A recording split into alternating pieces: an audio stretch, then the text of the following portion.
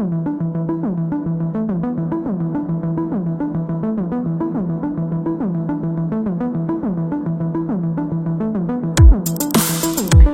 this fourth module, we are going into more details about the properties of electromagnetic interactions.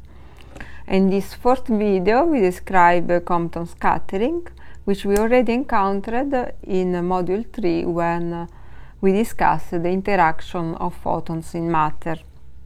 After following this video, you will be able to characterize the Compton scattering, which is the elastic scattering between a photon and an electron, describe how the polarization of the photon influences the process, and understand why the annihilation of electron-positron pairs into photons has similar properties. We have not yet discussed that vector bosons, which carry forces, can also appear as real particles and matter particles as virtual ones. Compton scattering, elastic scattering between a photon and an electron, involves a virtual intermediate electron as shown in this Feynman diagram. The kinematics of the process is characterized by the energy omega of the incident photon and the scattering angle theta, the angle between chi and chi prime, which are the four momenta of the incident photon and the outgoing photon respectively. The conservation of energy momentum reduces the energy omega prime of the outgoing photon compared to that of the incident one omega, if the reaction occurs on an electron at rest. The reduction depends on the scattering angle theta and the photon energy itself. The figure gives an example of this relationship for a source of americium-241, which emits photon with omega equal to 59.54 kV. Because of Heisenberg's principle, we can in fact not know whether the photon in the final state is emitted after or before the absorption of the incident photon. So there are two configurations of the Feynman diagram which are indistinguishable. The processes can interfere with one another. To calculate the cross-section, we must then add the amplitudes and square the result, as we have explained in video 4.2. For the differential cross-section, one finds the so-called Klein-Nishina formula. Two factors are of particular interest. The first is the factor alpha squared, which determines the order of magnitude of the cross-section.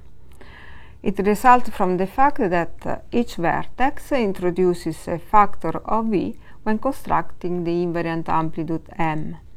Consequently, the cross-section, which is proportional to the modulus square of M, which is at this term proportional to the 4 power of V, is proportional to the square of the fine structure constant alpha. The second interesting factor involves the product of two 4 vectors of photon polarization, epsilon and epsilon prime. This appears as the amplitude in the wave function of the free photon, which is the solution of the homogeneous Maxwell equation. Under the Lorentz gauge, these equations of motion constrain epsilon such that chi square is equal to 0, this is the condition for a real photon. The gauge condition, the mu and mu equal to 0, means that epsilon mu chi mu is equal to 0. The 4 vector polarization epsilon, indicating the electric field direction, is thus orthogonal to the 4 momentum of the free photon chi.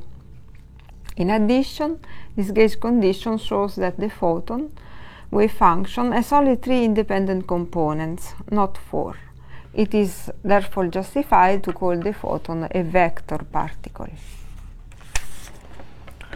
When the polarization of the initial state is 0 and that of the final state is not measured, we must average the cross-section over the direction of the initial spins and sum over those of the final state. This must be done at the level of the cross-section, not of the amplitudes, because the spin is unobservable making the contribution distinguishable, as we discussed in video 4.2. For the factor containing the polarization, this results in a distribution 1 plus the square of cosinus theta of the scattering angle theta between the incoming and outgoing photons.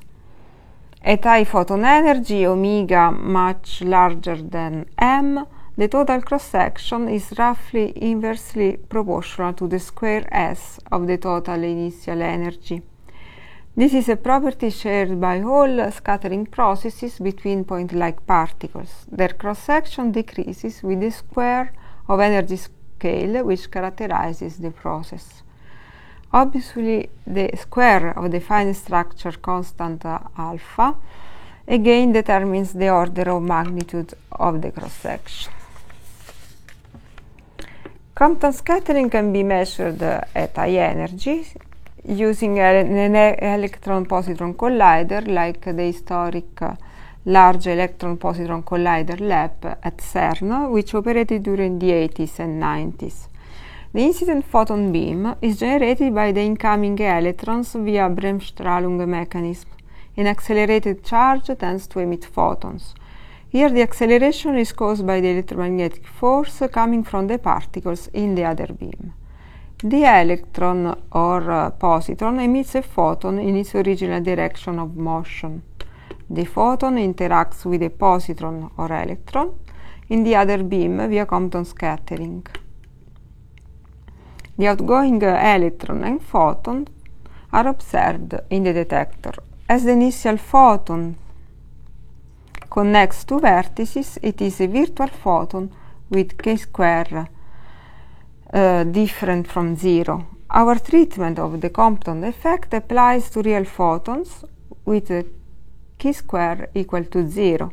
To apply it to this case, we select events for which the mass of the initial photon is negligible compared to the characteristic energy, that is to say, k-square much smaller than S.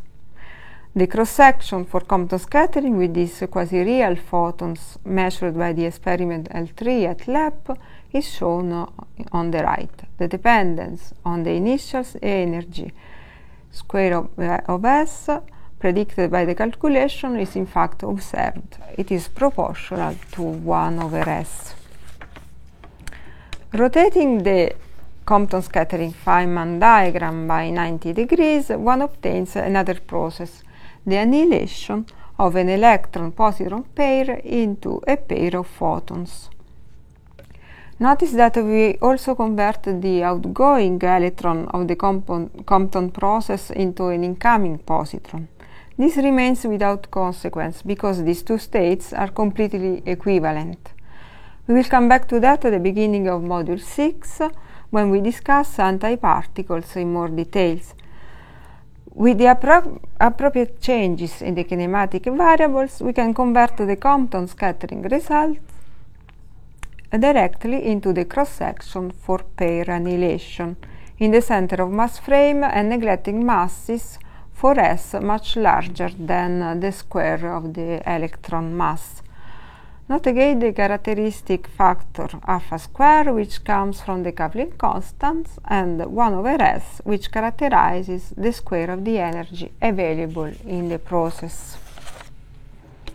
We have chosen the center of mass frame where the electron and positron collide with equal and opposite momenta.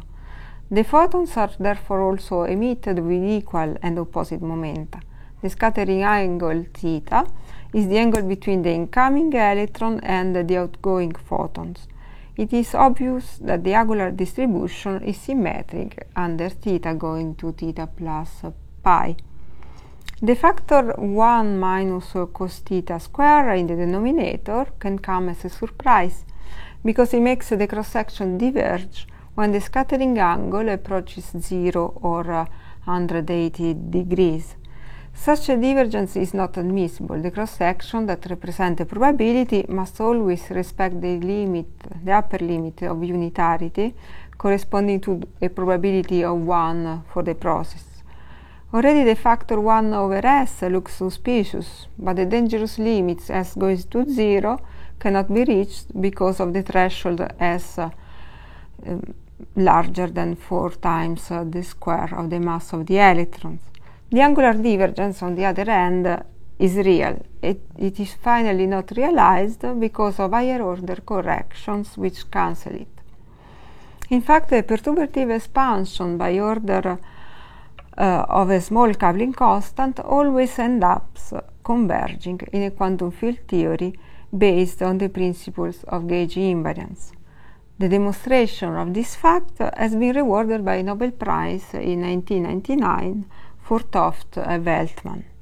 In fact, the cross-section is obviously a finite quantity. The figure shows the results of the measurement by the L3 experimental lab. The cross-section follows with great precision in absolute magnitude and in energy dependence the prediction of quantum electrodynamics. In the next video, we give an example of an electromagnetic interaction between 4 fermions, E plus E minus annihilation into a fermion-antifermion pair.